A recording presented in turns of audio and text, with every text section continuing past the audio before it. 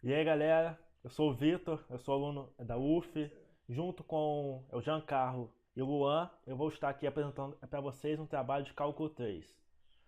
O trabalho trata sobre o teorema de Craulan-Schwarz. Olá, meu nome é Giancarlo e esse é um trabalho de cálculo 3 sobre o teorema de Clarence-Schwarz. Mas antes de falar sobre o teorema, iremos apresentar um pouco sobre os autores. Clarence era francês e nasceu em 13 de maio de 1713 e morreu em 17 de maio de 1865. Desde criança ele era um gênio. Aos 10 anos, ele aprendeu cálculo com um livro de L'Hopital. Aos 13 anos, ele já apresentava artigos matemáticos na Academia Francesa e aos 18 ele foi o primeiro a fazer um estudo profundo da geometria analítica no espaço. Aos 27 ele tentou demonstrar a igualdade de derivadas. Tinha um erro que foi descoberto depois. O estudo ficou incompleto. Schurz era alemão e nasceu em 25 de janeiro de 1843 e morreu em 30 de novembro de 1921. Ele começou um estudo em licenciatura em Química, mas influenciado por professores foi para matemática, se interessando pela geometria e fez estudos de superfície mínimas. Bem, agora vamos ao teorema. O teorema de Clarence-Schwarz trata sobre igualdade de derivadas parciais mistas. Um exemplo. Sendo f contínua, tanto faz você derivar f em função de x primeiro e a segunda derivada em função de y, como derivar f em função de y primeiro e a segunda derivada em função de x. O resultado vai ser o mesmo. Esse teorema se aplica em ordens maiores, ou seja, não vai só até a segunda derivada e também serve para mais de duas variáveis. A quantidade de derivações de uma mesma variável deve ser igual. Agora que sabemos qual é o teorema, iremos para a demonstração. Então, a gente vai agora aprender o que são as derivadas parciais mistas. Se a gente tem um f de xy e deriva em x, e depois em x de novo, em x ou em y em x, y, a gente acaba tendo que f' é de xx, f' de xy e assim vai. Essas daqui são as derivadas parciais mistas, porque elas derivam tanto em x, tanto em y. Você vê que essas daqui elas só derivam em x, essa aqui só em y. Então essas aqui são as derivadas parciais mistas. O teorema diz que essas daqui elas são sempre iguais, não importando sua ordem.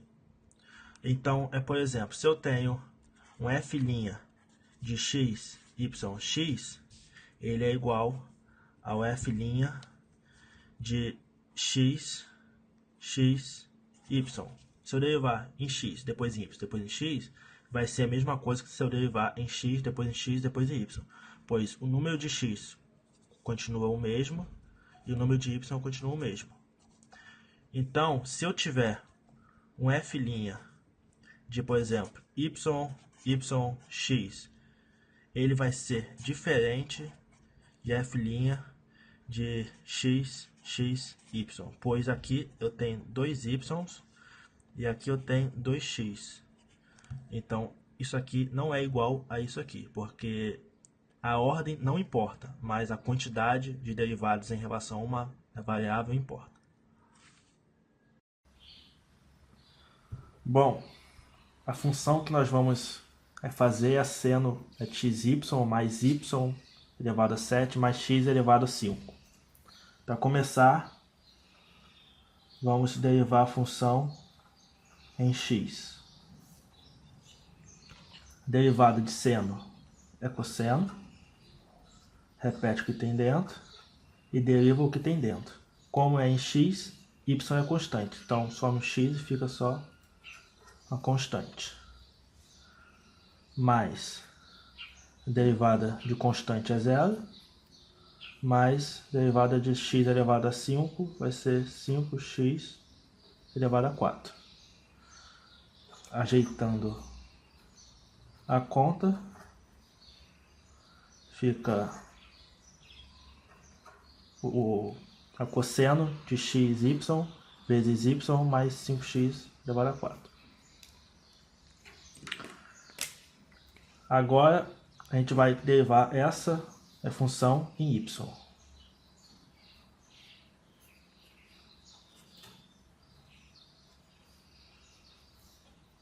A derivada de cosseno é menos seno. repete o que tem dentro e deriva o que tem dentro. Como agora é em y, o x é a constante, o y some. Como aqui temos a multiplicação, fazemos a derivada do primeiro vezes o segundo. Como aqui é multiplicação, a gente vai fazer a derivada do primeiro vezes o segundo. Então, a derivada do primeiro é menos seno de xy vezes x vezes y. A derivada mais o primeiro, que repete, vezes a derivada de y, que é igual a 1, porque estamos derivando y. Então, não precisa botar. Mais 5x.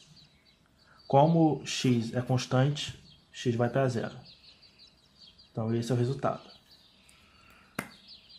Agora, vamos derivar a função aqui inicial em y, depois em x. Fazendo ela em y, temos que seno é cosseno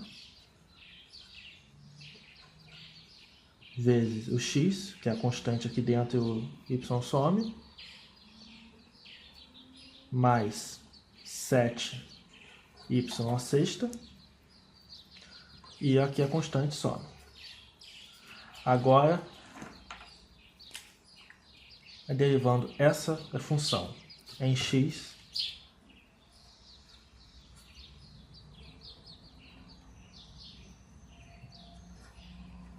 fica menos seno, repete o que tem dentro, como é em x, agora quem sai é o y. E como aqui é a multiplicação, é o mesmo caso da outra, vezes o x, porque a derivada é da primeira vezes a segunda, mais a primeira vezes a derivada de x, que é 1, então não precisa botar, mais 0, porque o y é constante. E aqui nós podemos ver que aqui está igual x, y, menos seno de xy, tudo é multiplicado. E aqui o cosseno de xy também, mais o cosseno de x. Então, certinho. Fala galera, meu nome é Luan e eu vou tentar demonstrar aqui para vocês porque que o teorema de Clausius-Schwartz funciona. Bem, a prova real do porquê ele funciona, ela é meio grande e complicada. Então eu vou tentar passar para vocês uma noção mais intuitiva de por que ela funciona. Então, a prova real também, ela está lá no livro da Diva Fleming, Cálculo B, na página 147. Depois vocês podem conferir lá. Então eu vou usar aqui um programa para ajudar a gente a demonstrar para vocês. Vamos pegar essa função aqui, x vezes y vezes z. E agora vamos diferenciar ela aqui em relação a algumas variáveis. Por exemplo, vamos pegar vezes x, diferenciar em y, diferenciar em z.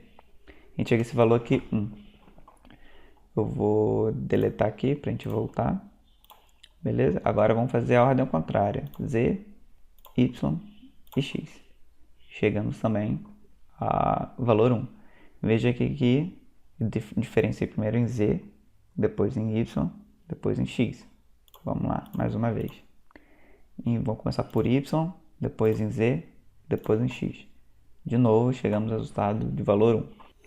Isso aqui está longe de ser uma prova formal. Na verdade, isso aqui é um caso muito específico, mas eu gostaria que vocês parassem que a gente sempre chegou ao resultado 1, independente da ordem que nós fizemos. Então, pessoal, vamos lá, vamos tentar demonstrar agora de uma forma mais gráfica o teorema funcionando. Então tá, vamos pegar essa equação, x² vezes y mais seno de y. Primeiro vamos plotar ele aqui para vocês verem como é que ela é. Tem esse formatinho legal aqui. Vamos começar derivando então por x. Então, nosso primeiro é derivado por x. Vamos plotar também para a gente ver como que ela ficou. Então ficou num formato meio de asa delta, não sei. Beleza. Agora vamos pegar a nossa derivada, que a gente tinha feito por x, e derivar ela em y. Beleza, chegamos ao resultado de 2x, como era esperado, né? Vamos plotar aqui, nossa reta 2x aqui. Beleza, então vamos pegar nossa equação principal. Vamos começar agora por y, vamos ver como ela fica. Percebam que ela ficou totalmente diferente, né? Daquilo que é aqui. Vamos plotar ela também. Beleza, ela ficou no formato de calha. Percebam então que ela é totalmente diferente dessa aqui, né? Essa aqui, nós derivamos a nossa equação principal, vamos chamar ela assim, uma vez por x. Essa aqui nós derivamos a nossa equação principal